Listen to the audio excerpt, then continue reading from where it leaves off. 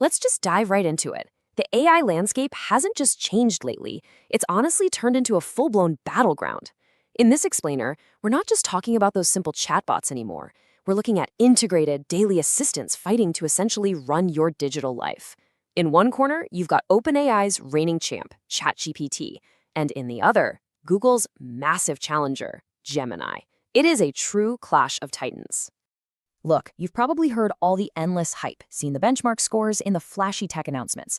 But if you're just a regular person trying to get stuff done on your smartphone, drafting a quick email, helping the kids with homework, or maybe planning a weekend trip, which of these assistants actually deserves your time? Today, we're cutting straight through all that jargon and marketing spin. We're going to figure out exactly which tool deserves that prime real estate right on your home screen. So here is our game plan for today. We'll look at the big AI rivalry, compare their speed and accuracy, weigh the free versus paid features, see how they handle student and creative tasks, and finally declare a clear winner. All right, let's kick things off with the big rivalry itself, Google versus OpenAI. So ChatGPT used to be the absolute, undisputed king, right? When it first dropped, it completely flipped how we interact with computers. But Google's Gemini 3.1 series has totally crashed the party. And the strategy here is super different. Especially in markets like India, Android is absolutely dominant. Google takes full advantage of this by baking Gemini straight into the phones. It lives in your power button, your Gmail, your Google Docs. It's just there, completely frictionless. ChatGPT, meanwhile, is a standalone powerhouse. You literally have to go out of your way to download and open its specific app. Moving on to round one, speed and accuracy. Let's see how they actually perform. To figure out who wins on raw brain power, we kind of have to translate how tech folks measure smart in 2026. Forget the jargon word tokens for a second. Think of the context window basically as the AI's short-term memory. If you hand it a giant PDF or a whole semester of lecture notes, how much can it hold in its brain before it completely forgets the very first page you gave it? Well, Gemini lands a massive punch here. 1 million. That's its standard memory capacity. To put that into perspective, it can read an entire textbook in seconds without losing the plot. ChatGPT's standard tier, it's much smaller, sitting around 128,000, unless you're willing to shell out for their massive $200 a month pro tier. So for chewing through giant documents right out of the gate, Gemini is an absolute beast. But here's the thing, they're smart in completely different ways. Gemini 3.1 hits a stunning 94.3% on graduate-level science benchmarks because it's insanely fast and pulls live data straight from the internet. On the flip side, ChatGPT's GPT 5.5 model has this massive 60% drop in hallucinations. That means it makes up fake facts way less often. It has really mastered complex, multi-step logic. Think of ChatGPT as your deep-thinking problem solver and Gemini as your lightning-fast, ultra-reliable researcher. Let's talk about what really matters for daily use in round two. Free versus paid features. Because sure, benchmark scores are cool, but how much is this actually going to cost you? For exactly 0 rupees, Gemini offers tremendous value.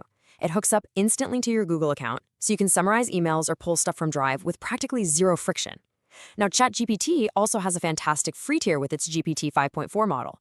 But there's a catch. They enforce strict daily message caps. If you ask too many questions, it'll basically throw you in timeout and make you wait. And if you do decide you want the premium stuff, it's a dead heat. Both ChatGPT Plus and Gemini Advanced are exactly $20 a month.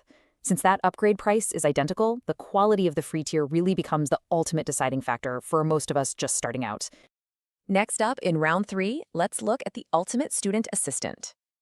If you're a student or even a freelancer trying to meet a crazy deadline, these tools are total game changers. But they definitely specialize in different things. If you're stuck on some tough calculus or you need to write a beautifully structured essay, ChatGPT is hands down the winner. Its logic and polished writing are just unmatched. But if you're doing heavy research and you absolutely need real citations and factual accuracy, Gemini takes the crown. As the team over at Fellow AI pointed out in their 2026 review, Gemini is the absolute strongest tool for research-heavy subjects like science, medicine, or law. Why? Because it's grounded in live Google search results. It actively checks its answers against the live web instead of relying on old, frozen training data.